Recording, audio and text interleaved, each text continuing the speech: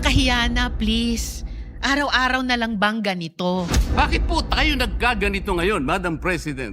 Alam po ba ninyo kung bakit tayo nagkaganito, Madam President?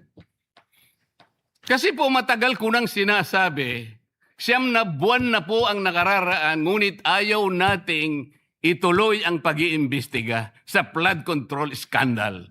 Isang pinakamalaking nakawan sa ating bansa. Parang ninakawan ng isang pamilya sa tanghaling tapat. At ang mga magnanakaw ay hindi nakamaskara. Nakakurbata lahat. Nakabarong Tagalog. Kung ako po ang Senate President, kaya ko lang naman ginagawang halimbawa ito, Madam President, dahil hindi naman po ako magiging Senate President.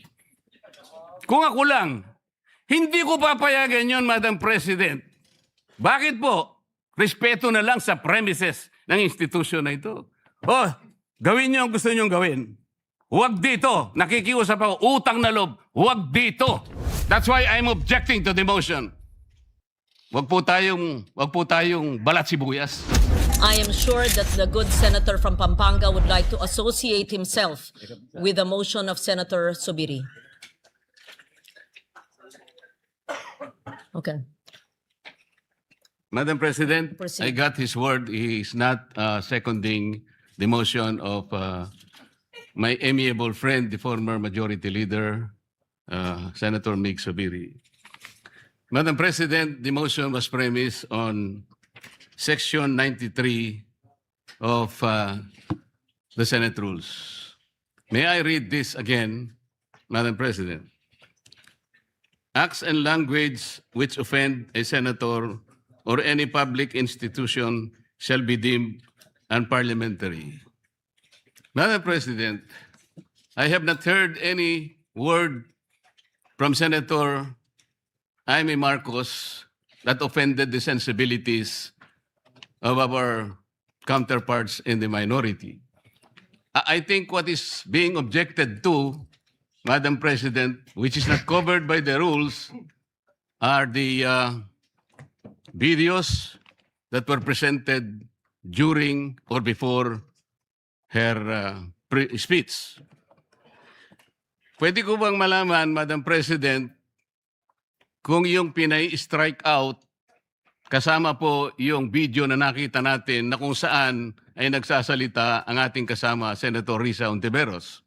Kasi po sinabi niya, while BP Sara is in power, the threat of a full-blown Duterte comeback is still a very real and present danger. Sa akin po, walang problema yun. Opinion niya yun eh. And we have to respect that opinion. Yan po ba'y pinaalis natin? Gusto ko lang pong malaman, isa-isahin natin. Pangalawa po, nakita ko rin po yung sarili ko. Kasi po, ako'y naanyayahan sa isang television program, tinanong lang po ako, totoo po bang merong connection yung coup? Kasi po ang tawag coup eh, hindi naman po coup, yung karaniwang nangyayari po sa buhay ng Senado yun eh. Palitan talaga yan. Maraming beses na po yan. Ang sabi ko po, kasi kinukonekta daw nila sa impeachment. Sabi ko, hindi po siguro. Sabi ko, dahil sa ngayon 12 kami. Hindi man kinakailangan naming mag-coup para lamang i-prostrate natin yung impeachment. Palagay ko po, hindi. Yung po bang opinion ko na yun, tatanggalin? Gusto ko lang pong malaman. Kasi po, meron pa po nga sinabi, Jaime, sinungaling. Meron din po nagsabing gano'n eh. Ang ibig ko po sabihin, Madam President, ngayon po nakita natin the vibrancy of democracy in this chamber. Isa-isa po silang nagsalita lahat. Nabigyan ng pagkakataong ipaliwanag ang kanilang panig. Hindi po ba maganda ngayon na nakita ng taong bayan, nagamit nga lang po yung kanyang presentation. Pero naging daan para mapakinggan ng buong mamamayan. At sila na po ang final arbiter, Madam President. Ako nga po eh. Ako nga po. Kailan lang nag-privilege speech ang isa sa atin dito.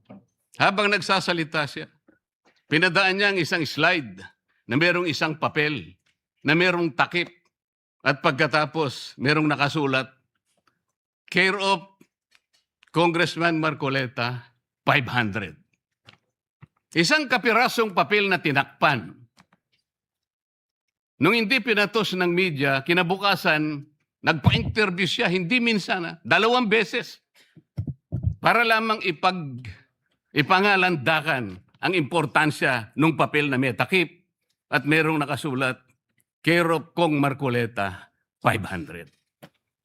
Nagsalita po siya sa media 2 beses. At paiimbestiga raw ako sa ombudsman. Dahil po ba sa media nangyari yon at hindi dito? May diferensya po ba? Wala. Walang diferensya yun. Pareho lang yun.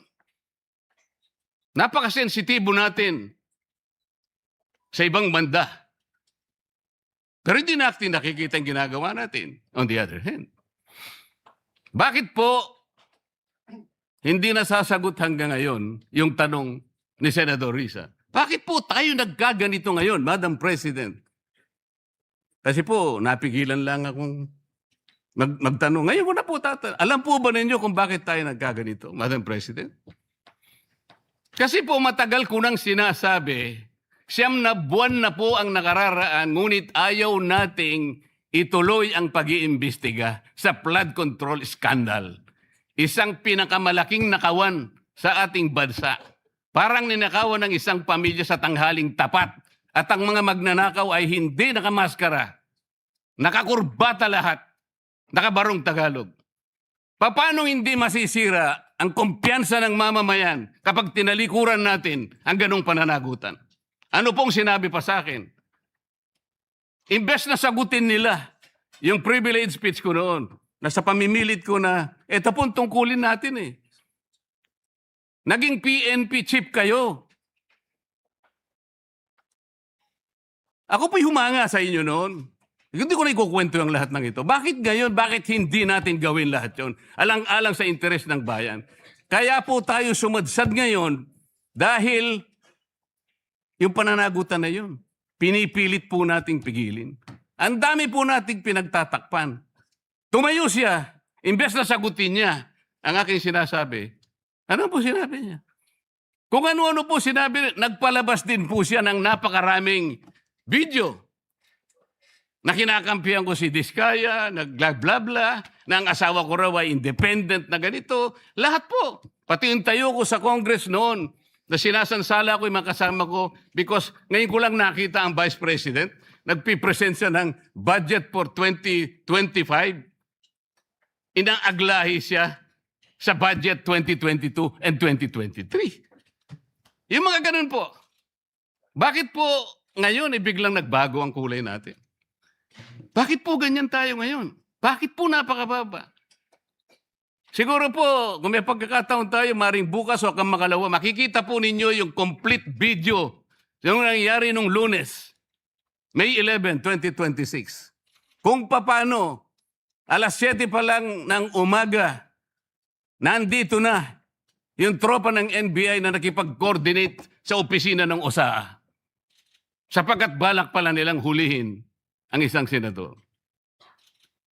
Hindi po ba? Nagkaroon na po ng admission. Tinanong ko pa nga yung ating former SP kung nakita niya yung warrant of arrest.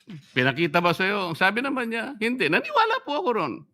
Ngunit bakit sinabi niya, kung mag-coordinate kayo sa OSAA, alam po ba niyo, Madam President, kung ako po ang Senate President, kaya ko lang naman ginagawang halimbawa ito, Madam President, dahil hindi naman po ako magiging Senate President.